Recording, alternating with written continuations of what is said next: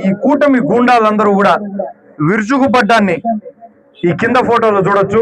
వీళ్ళందరికీ కూడా భవిష్యత్తులో తగిన శాస్తి జరగబోతుంది. పెద్ద ఎత్తున చేసినటువంటి ప్రోగ్రాములకు సంబంధించినటువంటి కొన్ని ఫోటో ప్రదర్శనని కూడా ఇక్కడ చేశాము. మొదటిది చిత్తూరులో నిరుద్యోగులకు ప్రభుత్వ మోసాలపై వైఎస్ఆర్ కాంగ్రెస్ పార్టీ యువత చేపట్టినటువంటి ఫోటోను చూడొచ్చు. తిరుపతిలో అదే అంశానికి సంబంధించి జరిగినటువంటి ఫోటో చూడొచ్చును.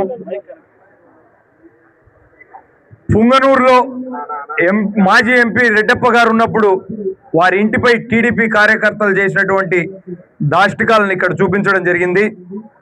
తిరుచానూరులో వారాహి అమ్మవారి ఆలయాన్ని కూల్చివేసిన ఎమ్మెల్యే పులివర్తి నాని గారి అనుచరుడు భాగవతాన్ని ఎక్స్పోజ్ చేసినటువంటి ఉదంతం. ఇంకా మెడికల్ కాలేజీల మీద దాదాపు నెలన్నర రోజుల పాటు వైఎస్ఆర్ కాంగ్రెస్ పార్టీ రాష్ట్ర వ్యాప్తంగా చేసినటువంటి పోరాటం ఎలాంటిదో మీ అందరికీ తెలిసిందే. మదనపల్లి దగ్గర యువజన విభాగం ఆధ్వర్యంలో పెద్ద ఎత్తున ఒక కార్యక్రమం జరిగింది అక్కడ. అదే కాకుండా అన్నదాత పోరు పేరున వైఎస్ఆర్ కాంగ్రెస్ పార్టీ ఇచ్చినటువంటి పిలుపు మేరకు తిరుపతిలో మనం పెద్ద ఎత్తున ఆర్టీఓ కార్యాలయం దగ్గర ధర్నా చేశాం. దానికి సంబంధించినటువంటి ఫోటో చూడొచ్చు. అలానే కలెక్టర్ ఆఫీస్ దగ్గర యువజన విభాగం చేసినటువంటి ధర్నా సంబంధించినటువంటి ఫోటోలు ఉన్నాయి. ఇవి కాకుండా కొండ మీద వెంకటేశ్వర స్వామి క్షేత్రాన్ని మేము వచ్చిన వెంటనే ప్రక్షాళన చేస్తాం అని అబద్ధపు మాటలు చెప్పి లేనిపోనివి సృష్టించి భక్తులందరినీ కూడా అయోమయంలోకి నెట్టివేసినటువంటి చంద్రబాబు నాయుడు గారి ప్రభుత్వంలో కొండ మీదన బీరు బాటిళ్లు మద్యం సీసాలు దొరకడాన్ని మనం ఎక్స్పోజ్ చేసాం. ఇది ఒకసారి జరిగింది కాదు, వరుసపెట్టి ఈ ఘటనలు జరుగుతూనే వచ్చినాయి. అయినప్పటికీ విజిలెన్స్ అధికారుల్లో ఏమాత్రం చలనం లేకపోవడం అత్యంత శోచనీయమైనటువంటి విషయం.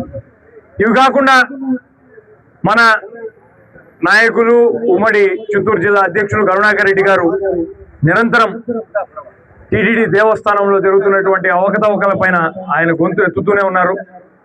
100కు పైగా గోవులు చనిపోయినటువంటి ఘటన అసలు మొత్తం వెంకటేశ్వర స్వామి భక్త జనాన్నంతా కూడా దిగ్భ్రాంతికి గురి చేసింది. దానికి సంబంధించినటువంటి ఫోటో మొదట ఉన్నది. అలానే వెంకటేశ్వర స్వామికి సంబంధించినటువంటి ఒక విగ్రహాన్ని మద్యం మూత్రం ఇటువన్నీ ఉన్నటువంటి ప్రాంతాల్లో ఏదో విసిరి వేసినట్టుగా వేసినటువంటి ఘటన మొత్తం రాష్ట్రాన్ని ఊపేసింది. దానికి సంబంధించినటువంటి ఫోటో ఇది కాకుండా చంద్రబాబు నాయుడు గారు 2003లో 1000 కాళ్ళ మండపాన్ని కూల్చేసినటువంటి ఫోటోలు కూడా మీరు చూడవచ్చును.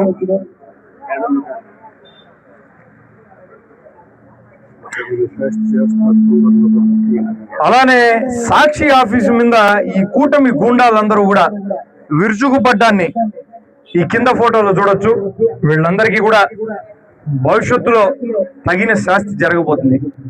ఇది కాకుండా డిప్యూటీ మేయర్ ఉప ఎన్నికలో వాళ్ళు సాగించిన అరాచకం అంతా ఇంత కాదు.